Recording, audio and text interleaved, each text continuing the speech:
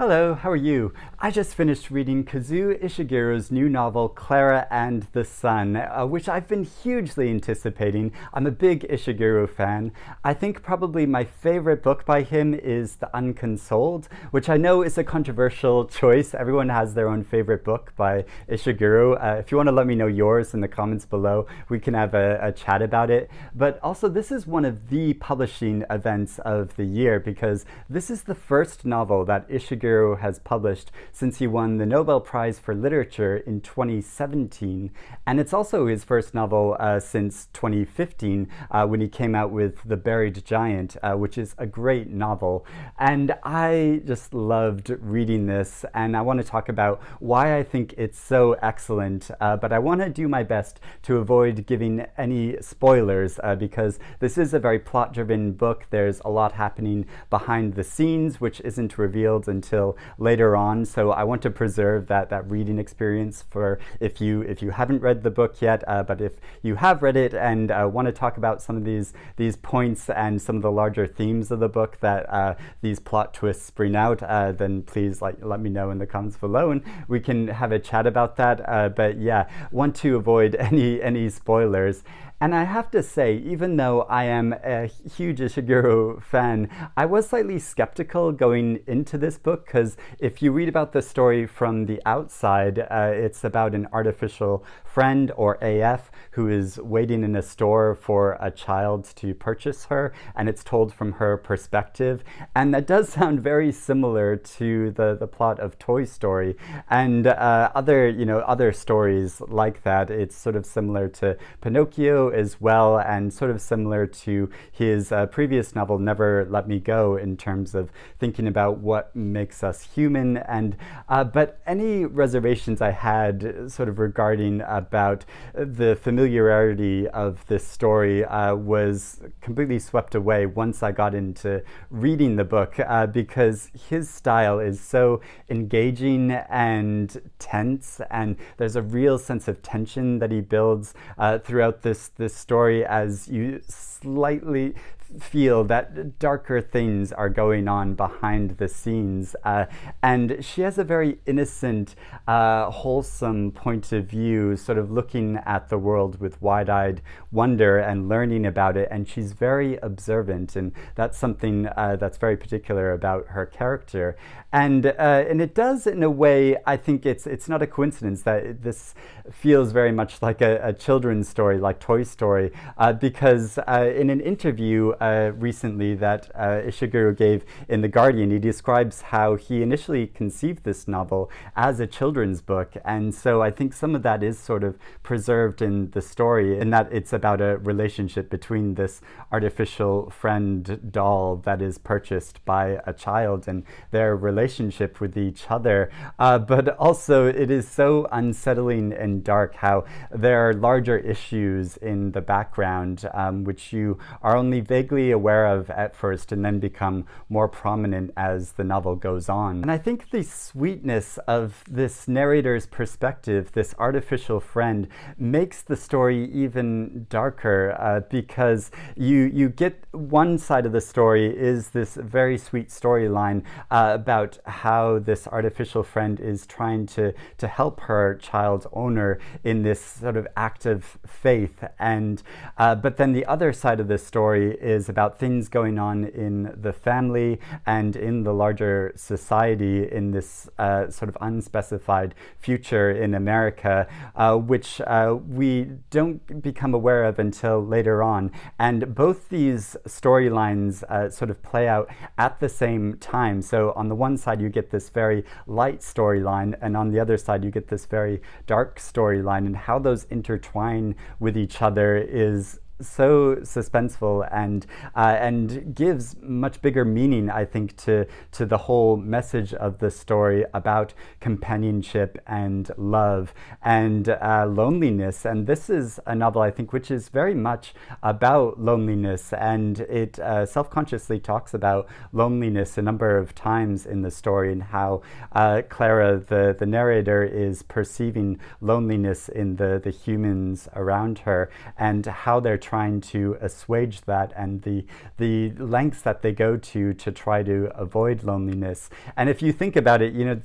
to get a artificial friend or a doll, it's a way of trying to get rid of that loneliness, of projecting emotions and friendship into an inanimate object, to feel a companionship that you're obviously missing in your real life. And so the larger meaning of that, I think, is quite poignant. And I was reminded of this recently when I read Edward Carey's novel, The Swallowed Man, which is about Pinocchio, but it's told from the perspective of Geppetto when he's trapped in the giant whale, and he's talking about loneliness quite often. And if you think about that Pinocchio is also very much a story about loneliness, because to create a child for yourself and to imagine that they are animated and could be a real child is a way of trying to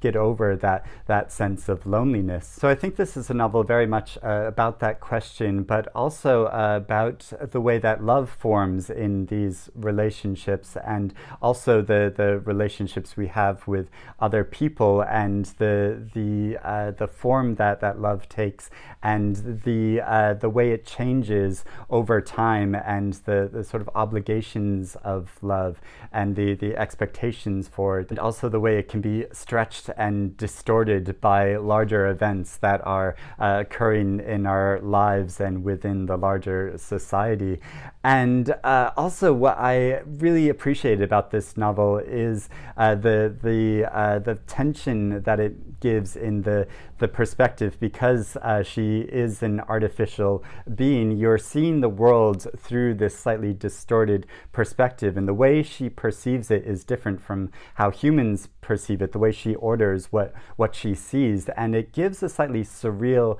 effect in the narrative, which I think is so interesting and adds to this impending sense of darkness that pervades over the story, because she will be viewing people, and there's one scene where she thinks she sees a multi-limbed monster in the distance, but then it turns out, and she understands that it's two people that are crossing by each other, and just for that moment when they intersect,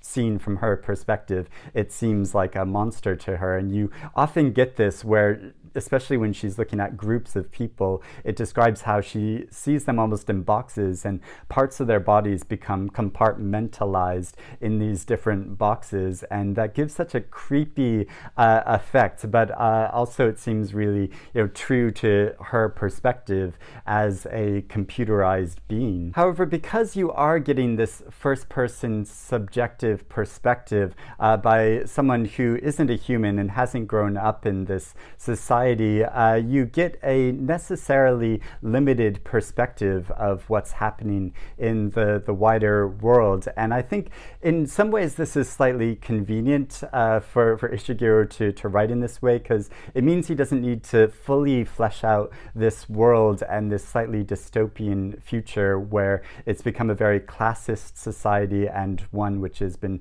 organized due to genetic conditioning. And I was left with a lot of questions about what was actually happening in the wider world, which weren't answered because you only have her perspective, and she can only know what she knows, and so that does feel slightly convenient in a way. Although this is a very common trick that's used in science fiction novels, where it's sort of there's a whole world being created and a whole